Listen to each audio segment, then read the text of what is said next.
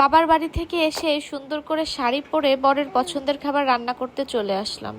যেহেতু কয়েকদিন বাবার বাড়ি থেকে ঘুরে আসলাম, তাই ভাবলাম যে আমার বরের জন্য একটু ভালো কিছু রান্না করি। হ্যালো এভরিওয়ান, আসসালামু আলাইকুম। কি অবস্থা সবার? আশা করছি সবাই অনেক ভালো আছেন। আমি আলহামদুলিল্লাহ অনেক ভালো আছি।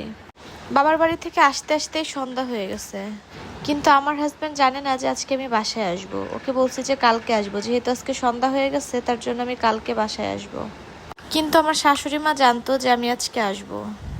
বাসায় এসে মাকে বললাম কি যে মা, আমাকে প্যাকেট গোশ বের করে দেন, আমি সেটা রান্না করব। আমার শাশুড়ি মা বললো কি এখন কি এটা ভিজবে? আমি বলছি গরম পানি করে ভিজাই রাখি, দেখি ভিজে কিনা। আর রান্না যেহেতু করব, তাই ভাবলাম যে একটু শাড়ি পরে নিই, শাড়ি পরে সুন্দর করে তারপর রান্নাটা করি। এই যে সুন্দর করে শাড়ি টাড়ি পরে গোশট একদম ধুয়ে কেটে নিচ্ছি। কাটার পরে কিন্তু আবার ধুবো। কিন্তু এই গোশটাকে ছাড়াতে আমার খুবই কষ্ট হয়েছে। দেখেন এখনো ছাড়াচ্ছে না, আমি বটি দিয়ে কেটে কেটে ছাড়াচ্ছি। শাড়ি পরে এভাবে কাটতে খুবই কষ্ট হচ্ছিল আমার। আর আমি তো সবসময় শাড়ি পরি না, মাঝে মধ্যে শাড়ি পরি, তার জন্য আমার বেশি কষ্ট হচ্ছে।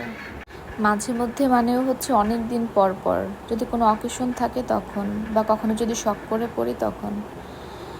তার জন্য আমি শাড়ি পরে বেশি সময় থাকতে পারি না, কারণ আমার অভ্যাস নাই। শাড়ি তো আগে নিজে নিজে পরতেও পারতাম না, শাড়ি পরার আগে একে ওকে ডাকতে হতো।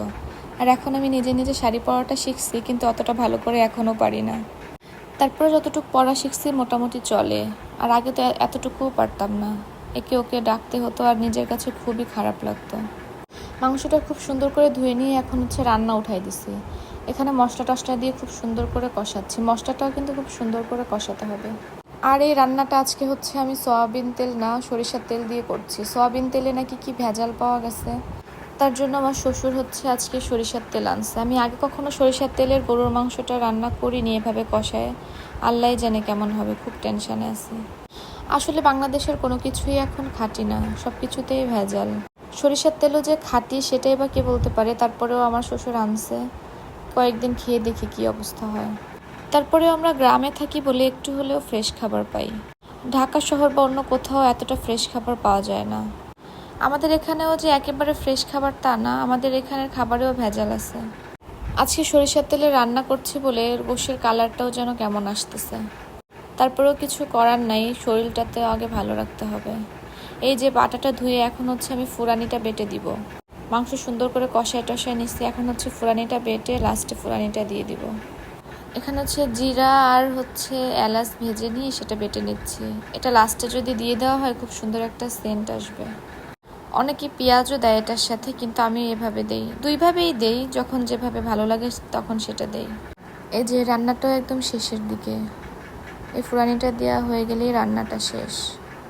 ফুরানিটা দিয়ে এখন হচ্ছে আমি চুলাটা অফ করে দিব, এবং আমি ওয়েট করে আসি কখন আয়রার বাবা আসবে। এই যে এটার ফাইনাল লুক। সবাই ভালো থাকবেন, সুস্থ থাকবেন, এবং আমার চ্যানেলে একটা ফলো দিয়ে রাখবেন। এবং সবাই আমার ফ্যামিলির জন্য, আমার বাবা মার জন্য, আমার শ্বশুর শাশুড়ির জন্য দোয়া করবেন। সবাই ভালো থাকবেন। আল্লাহ হাফেজ।